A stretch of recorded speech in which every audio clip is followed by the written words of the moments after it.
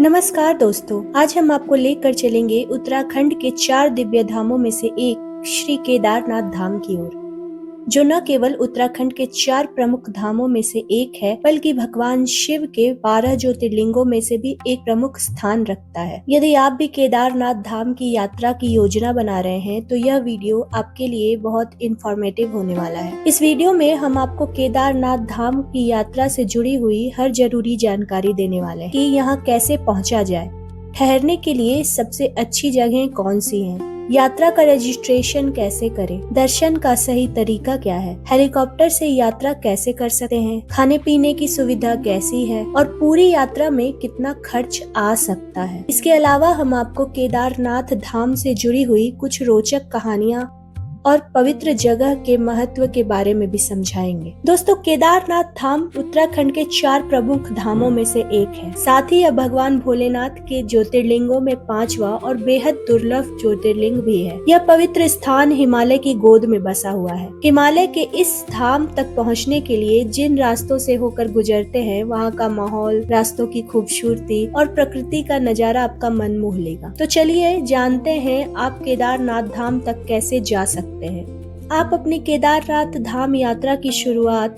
हरिद्वार या ऋषिकेश से कर सकते हैं। ये दोनों शहर रेल और बस नेटवर्क से अच्छी तरह से जुड़े हुए हैं। यहाँ आपको सीतापुर बस स्टैंड के लिए बसें, शेयरिंग टैक्सीज और प्राइवेट टैक्सी आसानी से मिल जाती हैं। चाहे तो आप अपनी बुकिंग पहले से ऑनलाइन या ऑफलाइन भी कर सकते हैं। इसके बाद आपको कोई परेशानी नहीं होगी। अगर आप पहले से बुकिंग नहीं कर पाए हो, तब भी ऑन द स्पॉट यह विकल्प उपलब्ध है। यदि आप टैक्सी पूरे दिन के हिसाब से बुक करते हैं, तो इसका किराया 4 से 5 हजार प्रतिदिन के हिसाब से पड़ सकता है। इस दौरान आप देवप्रयाग, श्रीनगर, धारी देवी मंदिर, रुद्रप्रयाग और अगस्त्य मुनि जैसे धार्मिक स्थान भी देख सकते हैं। बस से सफर करने में आपको करीब 8 से 9 घंटे लग सकते हैं और बस सीतापुर तक ही जाती है। अगर आप टैक्सी से जा रहे हो तो सोनप्रयाग तक पहुंच सकते हैं, जो सीतापुर से करीब 1 किलोमीटर आगे है। सोनप्रयाग में मल्टी लेवल पार्किंग की सुविधा भी मौजूद है। अब बात करते हैं सोनप्रयाग से गौरीकुंड तक के सफर की। यह दूरी करीब 5 किलोमीटर की है, जिसे तय करने के लिए बोलेरो गाड़ी की सुविधा उपलब्ध है।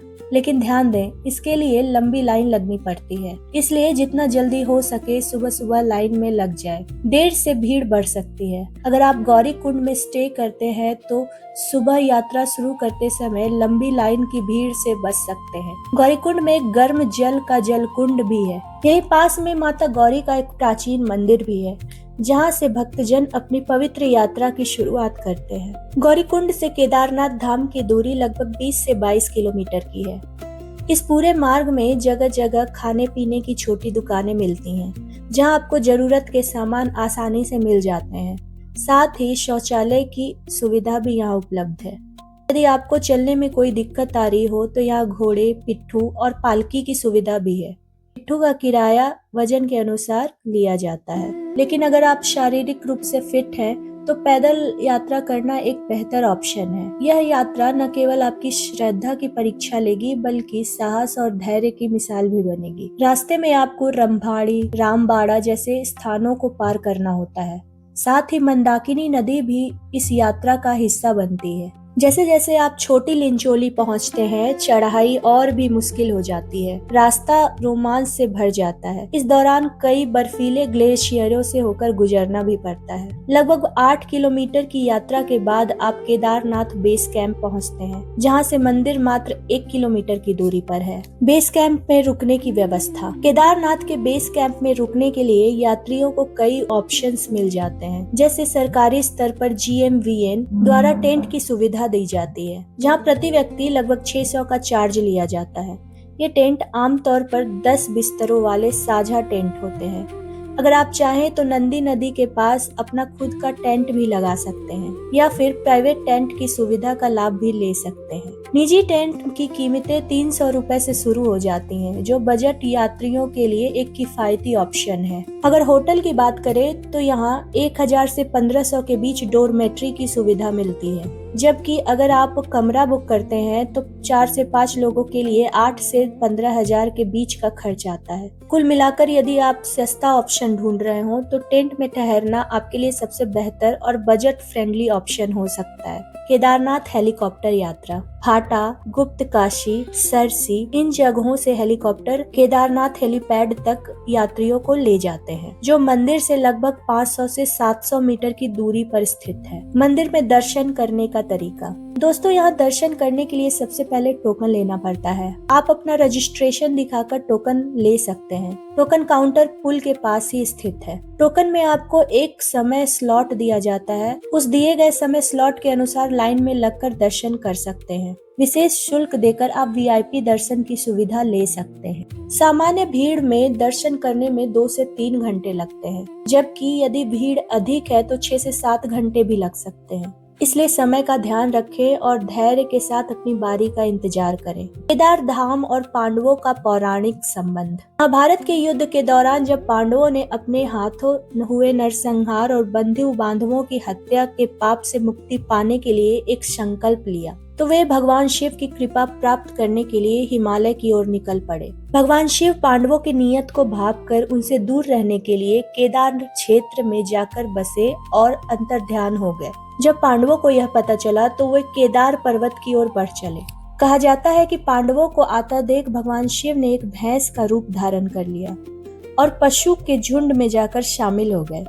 पांडवों ने उन्हें पहचानने की युक्ति निकाली। भीम ने अपने विशाल रूप से पर्वत के दोनों ओर अपने पैर फैला दिए ताकि सभी पशु उनके बीच से होकर गुजरे। जब भगवान शिव भैंसे के रूप में निकलने लगे तो भीम ने उन्हें पहचान लिया और पकड़ने का प्रयास किया। उसी दौरान भगवान शिव धरती में समाने लगे, लेकिन भीम ने उनका पिछला भाग कसकर पकड़ लिया। पांडवों की भक्ति से प्रसन्न होकर भगवान शिव प्रकट हुए और उन्हें पाप मुक्त होने का आशीर्वाद दिया। मान्यता है कि जहां शिव जी धरती में समाये, उनकी पीठ की आकृति को पूजनीय माना जाने लगा और यही आज केदारनाथ ज्योतिर्लिंग के रूप में प्रसिद्ध है। केदार पर्वत पर ही महातपस्वी नर और नारायण ऋषि, जो भगवान विष्णु के अवतार माने जाते हैं, कठोर तपस्या में लीन थे। उनकी तपस्या से प्रसन्न होकर भगवान शिव ने उन्हें दर्शन दिए और वचन दिया कि इस स्थान पर ज्योतिर्लिंग के रूप में वास करेंगे। इस कारण यह क्षेत्र अत्यंत पवित्र तीर्थ स्थल बन जाता है। केदारनाथ मंदिर का पुनर्निर्माण और इसके प्रसार का श्रेय आदि शंकराचार्य को जाता है। ऐसा माना जाता है कि जीवन के अंतिम समय में वे यहाँ आए और मंदिर के पीछे ही समाधि ली। यही कारण है कि मंदिर परिसर में आज भी उनकी समाधि देखी जाती है। एक मान्यता यह भी है कि उन्होंने ही अपने शिष्यों के लिए यहाँ गर्म जल का कुंड बनवाया था ताकि हिमालय की कठोर ठंड से बचा जा सके। केदारनाथ ज्योतिर्लिंग दर्शन कर भक्त स्वयं को धन्य मानते हैं। ऐसी मान्यता है कि यहाँ मांगी गई हर मुराद पूरी होती है। भोलेनाथ के दर्शन के पश्चात मंदिर के ठीक पीछे भीमशिला के दर्शन भी कर सकते हैं। साल 2013 में जब यहाँ विनाशकारी महाप्रलय आया था, तब यही शिला बहते हुए आकर मंदिर के पीछे रुक गई, जिससे मंदिर तेज जल प्रवाह से सुरक्षित रहा। जहां आसपास सब कुछ बह गया, वहीं मंदिर अडिग खड़ा रहा। केदारनाथ धाम यात्रा तब तक पूर्ण नहीं मानी जाती जब तक कि भैरव बाबा के दर्शन नहीं किए जाए, जो मुख्य मंदिर से लगभग 500 मीटर की ऊंचाई पर स्थित है।